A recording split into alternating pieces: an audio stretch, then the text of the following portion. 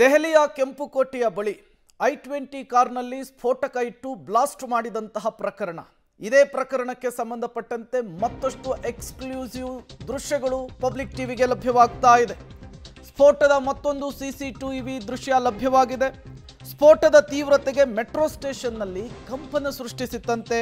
ಆ ತೀವ್ರತೆ 40 ಅಡಿ ಕೆಳಗಿದ್ದಂತಹ ಮೆಟ್ರೋ ಸ್ಟೇಷನ್ ಅದು ಅಲ್ಲಿ ಕಂಪನ ಆಗಿತ್ತು. ಬ್ಲಾಸ್ಟ್ ಶಬ್ದ ಕಂಪನದಿಂದ ದಿಗಿಲುಗೊಂಡಿದ್ರು ಜನ. ಆ ಕಡೆಯಿಂದ ಈ ಕಡೆ ಓಡಾಡಬೇಕಾದಂತಹ ಪರಿಸ್ಥಿತಿಯಲ್ಲಿಯೇ ಈ ಸ್ಫೋಟ ಆಗಿದೆ. ಸ್ಫೋಟದ ಮತ್ತೊಂದು ಸಿಸಿಟಿವಿ ದೃಶ್ಯ ಲಭ್ಯವಾಗಿದೆ. ಆ ಸ್ಫೋಟದ ಭೀಕರತೆ, ತೀವ್ರತೆ ಜೊತೆಗೆ ಆ ಶಬ್ದ ಹೇಗಿತ್ತು ಅನ್ನೋದನ್ನ ಈ ಸಿಸಿಟಿವಿ ಫುಟೇಜ್ ತೋರಿಸ್ತಾ ಇದೆ. ನೀವು ಕೂಡ ದೃಶ್ಯವನ್ನು ಗಮನಿಸ್ತಾ ಇದ್ದೀರಿ. ಮೆಟ್ರೋ ಸ್ಟೇಷನ್ನು, ಪ್ರಯಾಣಿಕರು ಅವ್ರ ಪಾಡಿಗೆ ಅವರು ಓಡಾಡ್ತಾ ಇದ್ದಾರೆ. ಎಲ್ಲೋ ಬಾಂಬ್ ಬ್ಲಾಸ್ಟ್ ಆದಂತಹ ಅನುಭವ ಆಗಿದೆ. ಒಂದು ಕ್ಷಣ 40 ಅಡಿ ಕೆಳಗಿದ್ದಂತಹ ಮೆಟ್ರೋ ಸ್ಟೇಷನ್ನೇ ಶಾಕ್ ಆಗಿದೆ. ಜನ ಒಂದು ಕ್ಷಣ ಆತಂಕಕ್ಕೊಳಗಾಗ್ತಾರೆ. ಏನಾಯಿತು ಅಂಥೇಳಿ ಆ ಕಡೆಯಿಂದ ಈ ಕಡೆ ನೋಡುವಂತಹ ಪರಿಸ್ಥಿತಿ ನಿರ್ಮಾಣವಾಗಿತ್ತು. ಸ್ಫೋಟದ ತೀವ್ರತೆ ಹೇಗಿತ್ತು, ಸ್ಫೋಟದ ಭೀಕರತೆ ಹೇಗಿತ್ತು ಅನ್ನೋದನ್ನ ಈ ರೀತಿಯ ಹಲವು ದೃಶ್ಯಗಳು ಹೇಳ್ತಾ ಇದ್ದಾವೆ.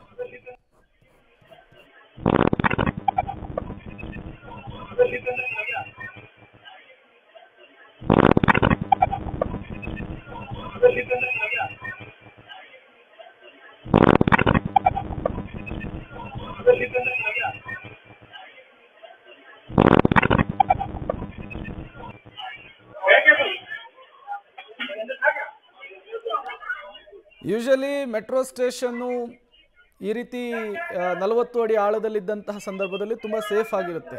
ಈ ಯುದ್ಧ ಗಿದ್ದಗಳಾದಂತಹ ಸಂದರ್ಭದಲ್ಲಿ ಮೆಟ್ರೋ ಸ್ಟೇಷನ್ನು ಮತ್ತು ಬಂಕರ್ಗಳ ಒಳಗೆ ಜನ ರಕ್ಷಣೆಯನ್ನು ಕೂಡ ಪಡಿತಾರೆ. ಅಂತಹ ಮೆಟ್ರೋ ಸ್ಟೇಷನ್ನಲ್ಲಿಯೇ ಯಾವ ರೀತಿಯ ಕಂಪನ ಉಂಟಾಗಿದೆ ಅನ್ನೋದನ್ನು ಈ ಸಿಸಿಟಿವಿ ಫುಟೇಜ್ ತೋರಿಸ್ತಾ ಇದೆ. 40 ಅಡಿ ಮೇಲೆ ಕಾರ್ ಬ್ಲಾಸ್ಟ್ ಆಗಿರುವಂಥದ್ದು.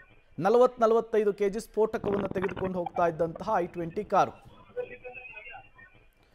ಮತ್ತಷ್ಟು ಡೀಟೇಲ್ಸ್ ಕೊಡ್ತಾರೆ ಶಬೀರ್, ನೇರ ಸಂಪರ್ಕದಲ್ಲಿ ಜಾಯಿನ್ ಆಗಿದ್ದಾರೆ. ಶಬೀರ್, ಈ ರೀತಿಯ ಹಲವು ಸಿಸಿಟಿವಿ ಫುಟೇಜ್ಗಳು 5 ದಿನಗಳ ಹಿಂದೆ ಕೆಂಪುಕೋಟೆಯ ಸನಿಹದಲ್ಲಿ ಬಾಂಬ್ ಬ್ಲಾಸ್ಟ್ನ ಭೀಕರತೆ ಮತ್ತು ತೀವ್ರತೆಯನ್ನು ಸೃಷ್ಟಿಸ್ತಾ ಇದೆ.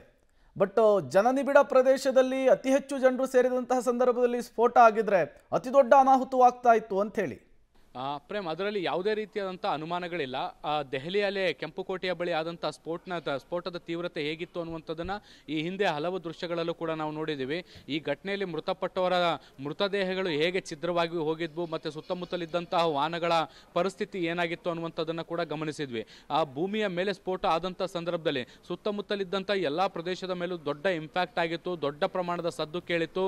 ಇಡೀ ಒಂದು ಕ್ಷಣ ಭೂಮಿ ಕಂಪಿಸುವಂತಹ ವಾತಾವರಣ ನಿರ್ಮಾಣ ಆಗಿತ್ತು.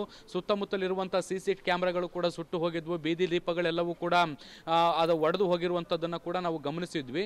ಸ್ಫೋಟದ ತೀವ್ರತೆ ಅಷ್ಟು ಭಯಾನಕವಾಗಿ ಇತ್ತು. ಸೊ ಈಗ ಭೂಮಿಯ ಒಳಗಡೆಯೂ ಕೂಡ ಅದರ ಕಂಪನ ಆಗಿರೋದ್ರ ಬಗ್ಗೆ ಈಗ ಒಂದಷ್ಟು ಸಾಕ್ಷ್ಯಗಳು ಸಿಗ್ತಾ ಇರುವಂಥದ್ದು. ಈ ಒಂದು ಸ್ಫೋಟ ಕೆಂಪುಕೋಟೆಯ ನಿಲ್ದಾಣದ ಮೇಲೆ ಆದಂಥ ಸಂದರ್ಭದಲ್ಲಿ ಅದರ ಕೆಳಗಡೆನೆ ಮೆಟ್ರೋ ಸ್ಟೇಷನ್ ಇರುವಂಥದ್ದು. ಆ ಸ್ಟೇಷನ್ನ ಸುತ್ತಲೂ ಕೂಡ ಒಂದು ರೀತಿ ದೊಡ್ಡ ಪ್ರಮಾಣದಲ್ಲಿ ವೈಬ್ರೇಟ್ ಆದಂತಹ ಅನುಭವ ಕೂಡ ಆದಂತಿರುವಂಥದ್ದನ್ನು ನೀವು ಸಿಸಿಟಿವಿ ದೃಶ್ಯಗಳಲ್ಲಿ ಕೂಡ ಗಮನಿಸಬಹುದು. ಒಂದು ಕ್ಷಣ ಆ ಮೆಟ್ರೋದಲ್ಲಿ ಓಡಾಡ್ತಿದ್ದಂಥ ಜನರಿಗೆ ಏನಾಗ್ತಾ ಇದೆ ಅನ್ನುವಂಥದ್ದು ಕೂಡ ಅರಿವಿಗೆ ಬಂದಿರಲಿಲ್ಲ. ಒಂದು ರೀತಿ ಏಕಾಏಕಿ ಭೂಕಂಪದ ಅನುಭವ ಆಗಿತ್ತು ಮತ್ತು ದೊಡ್ಡ ಸದ್ದು ಕೂಡ ಕೇಳಿ ಬಂದಿತ್ತು. ಏನಾಗಿರ್ಬೋದು ಅನ್ನುವಂತಹ ಗೊಂದಲದಲ್ಲಿ ಅವರು ಪ್ರಯಾಣವನ್ನು ಕೂಡ ಮಾಡಿದ್ರು. ಆದರೆ ಈಗ ಗೊತ್ತಾಗ್ತಾ ಇರುವಂಥದ್ದು ಅದು ಬಾಂಬ್ ಬ್ಲಾಸ್ಟ್ ಆಗಿತ್ತು ಅನ್ನುವಂಥದ್ರ ಬಗ್ಗೆ ಮಾಹಿತಿಗಳು ಸಿಗ್ತಾ ಇರುವಂಥದ್ದು. ಆವತ್ತಿನ ಸಿಸಿಟಿವಿ ದೃಶ್ಯಗಳು ಕೂಡ ಈಗ ಸದ್ಯಕ್ಕೆ ವೈರಲ್ ಆಗ್ತಾ ಇರುವಂಥದ್ದು. ಸೊ ಭೂಮಿಯ ಮೇಲೆ ಮಾತ್ರ ಅಲ್ಲ, ಭೂಮಿಯ ಒಳಗಡೆಯೂ ಕೂಡ ಯಾವ ತರಹದ ಕಂಪನವನ್ನ ಈ ಒಂದು ಸ್ಫೋಟ ಸಂಭವಿಸಿತ್ತು ಅನ್ನುವಂಥದ್ದನ್ನ ನಾವು ಈ ದೃಶ್ಯಗಳ ಮೂಲಕ ಅರ್ಥಕೊಳ್ಬಹುದು.